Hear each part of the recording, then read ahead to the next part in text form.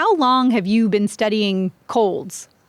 Well, I've been studying colds now for about 50 years. This is Dr. Arnold Monto. I'm professor emeritus, either public health or epidemiology, whichever one works best for you. They're all real. Yeah, it's important to state that up front. And for more than half-century, he's been studying colds and other respiratory illnesses. Dr. Monto has been at the University of Michigan. He's credited with discoveries as far back as during the 1968 flu pandemic, when he helped further our understanding of herd immunity with the findings that vaccinating school kids could reduce infection in entire communities.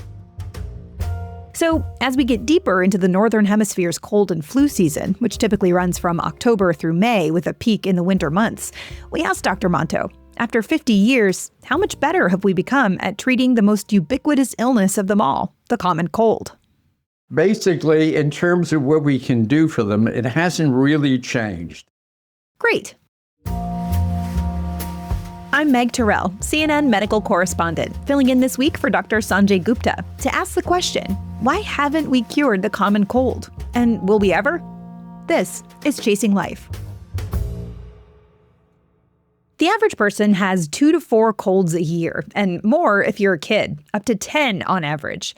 And they're not just annoying and uncomfortable, they also cause adults to miss work and kids to miss school, which causes adults to miss work. All this adds up to an estimated $40 billion economic impact each year in the U.S., as of a study published in 2003, co-authored by none other than Dr. Monto. We always come back to economics. Indeed. But despite that economic burden of colds, we have nothing that prevents them, like a vaccine, or that we can take to cure them once we're sick. But it's not for lack of trying. The Ministry of Health Research Unit at Harvard Hospital, Salisbury, has been investigating the common cold. And volunteers, human guinea pigs, have been living there in pairs for 10 days at a time. In fact, for more than 40 years following World War II, there was an entire common cold research unit in Salisbury, UK. They were very important. As a matter of fact, they were among the first to identify coronaviruses as a potential cause of the common cold. And the way they did it was very interesting because they had volunteers who came and allowed themselves to be inoculated. In other words, volunteers who came to live at the Common Cold Research Unit were given drops in the nose, essentially made up of snot from other people who had colds. Dr. Monto puts it a little more politely. They took material from individuals who had common colds that they couldn't identify the cause, and they inoculated them into other people and discovered, yes, we can produce a cold from it. Their work focused not just on identifying viruses that cause the common cold, but also on trying to develop antiviral drugs to treat them and vaccines to prevent them. By 1961, though, things were still slow going. Until we get a vaccine for the common cold, what would you say is the best cure? Well, I'm convinced that the best cure remains a couple of aspirin and a hot whiskey. Even so, over the years, a few seemingly promising drugs emerged, generating flurries of media reports that the cure for the common cold was near. But they always seemed to encounter a fatal flaw. One in the 1980s was called interferon, and administering it by spraying it up the nose seemed to help against common colds. The problem? It caused nasal bleeding and other symptoms.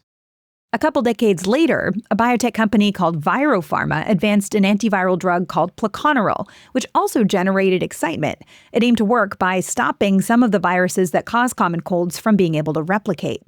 Looked pretty good, and then we were involved in field trials in which we were using the drug in phase 3 studies. It had gone that far. And these are the pre-licensure studies. And it was discovered that women who were on birth control had their periods affected, and the company thought that you could put a warning label on and it would get licensed, but they were dreaming because no agency would license a drug that's going to be used as extensively as one against common colds, and it died. And that's one of the big hurdles for drugs for disease like the common cold. Though colds can cause a lot of misery, people generally get better on their own. So any medicine they take has to come with really low risks. You've got to be sure that the risk-benefit ratio is right. In other words, you can't use something, which we would against a more severe illness, without knowing that it's very safe. The other problem is that the common cold isn't just one virus. In fact, it can be caused by more than 200. The most common are called rhinoviruses, which we'll hear about more in a moment, but also, as Dr. Monto mentioned before, coronaviruses. They are probably the second most common virus type to cause colds. And this is one of the reasons why we were so surprised when coronaviruses showed themselves up to be a potential pandemic back when we had SARS, and then a pandemic in 2020 when it arrived as a real pandemic. So typically, the coronaviruses we'd seen before SARS-1, about 2 decades ago, had been fairly mild, more similar to rhinoviruses? Right, very, very similar, and you can't tell them apart. That's part of the problem.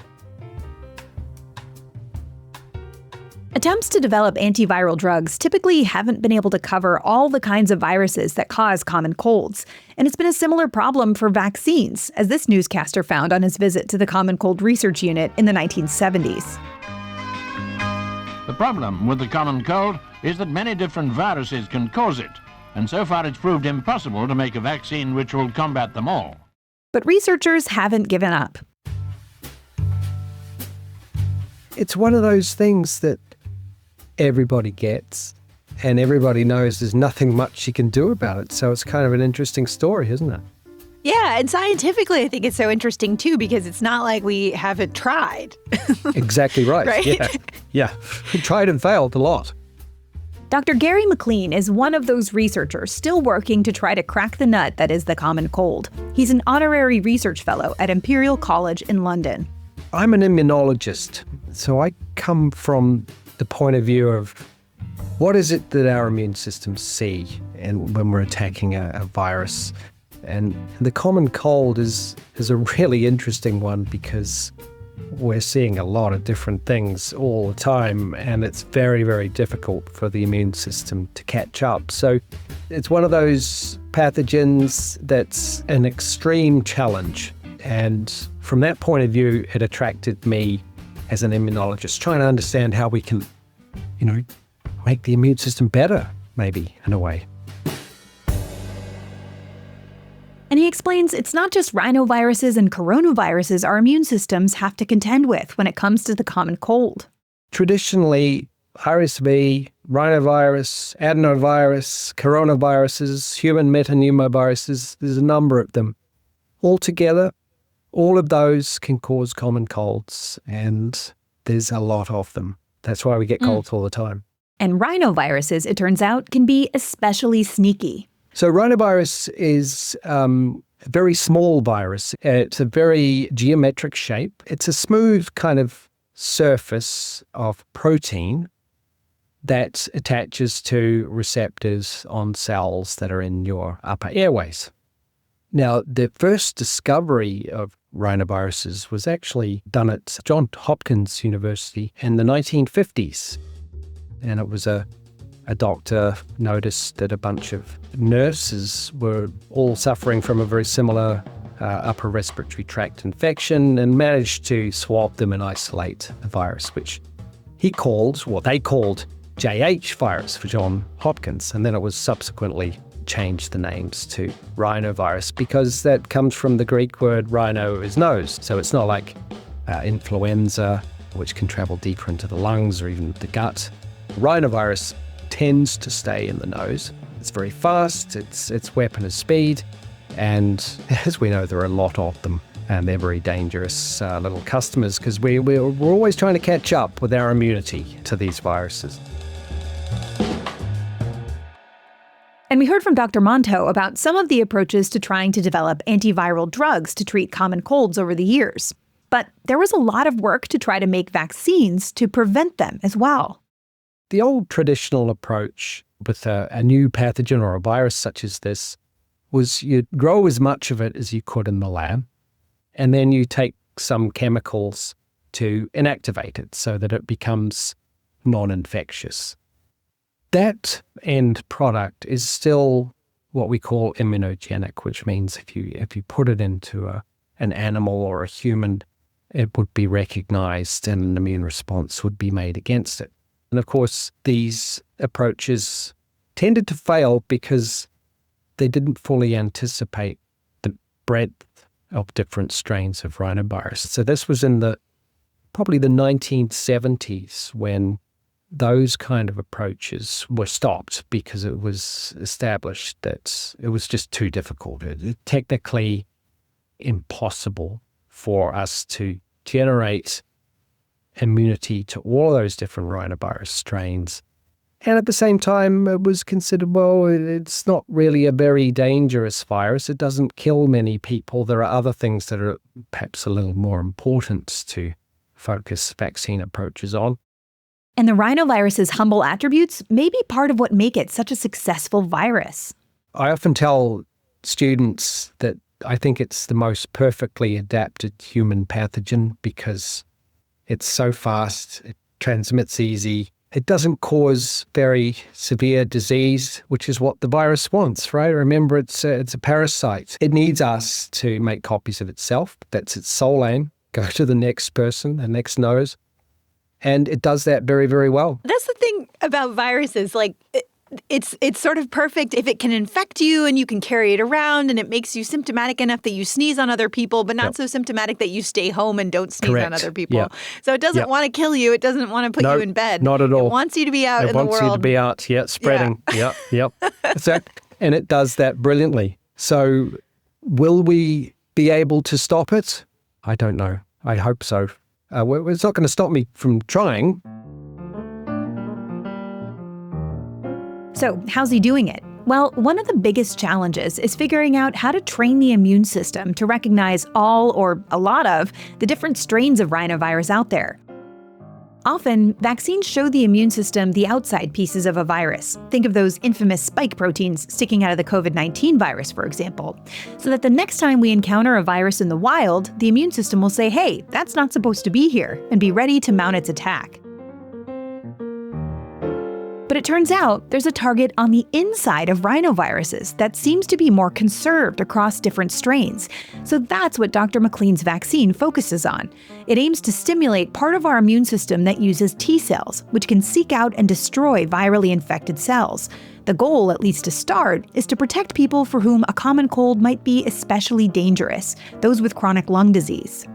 They have the most severe inflammation that can become life-threatening. It's triggered by rhinoviruses, and there's no specific cure for that. If we were able to, reset immunity in those people, and at the same time protect against new rhinovirus infections, that would go a long way towards stopping hospitalizations. If that works in COPD, then that can be translated into other chronic lung diseases such as asthma, and then also the elderly and those whose immune systems are not as powerful and strong. And then eventually, one day, it could be applicable to humans that are generally considered healthy, but it might take a while. How long? Well, for about the last decade, McLean says he's been working to expand how many different types of rhinoviruses can be covered by his vaccine in animals. It's not yet in human clinical trials, which themselves take years before a vaccine might be licensed for broad use. But he says he's been making progress. I'm pleased to say that it's kept incrementally working each time, getting better and better and better. But of course, it's still far away from covering all of those 180 types of rhinovirus. I'm beginning to think you have to have a certain level of optimism to be able to work on the common cold. And we should note, one thing we heard from all the experts we talked with is that because rhinoviruses target the nose, a nasal spray would likely be the best approach to stopping it. It's been tried with COVID, and there is an approved nasal spray flu vaccine, but it's not anywhere close yet for rhinoviruses.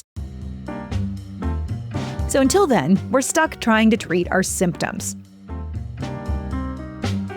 So what do the experts do? I drink lots of water. I will also take vitamin C. Apart from that, nothing really. I just try and let it run its course and try not to get dehydrated. Typically, I'll take some antihistamines early because some of the original antihistamines, the ones that make you sleepy, have a minor effect, and then do what most people do, and that is suffer. And try to stay away from other people. And if all else fails, there's always... A couple of aspirin and a hot whiskey. Okay, maybe not, but I am wishing everyone the best of luck this cold and flu season. Sanjay will be back on Tuesday with the next installment of Paging Dr. Gupta. Thanks for listening.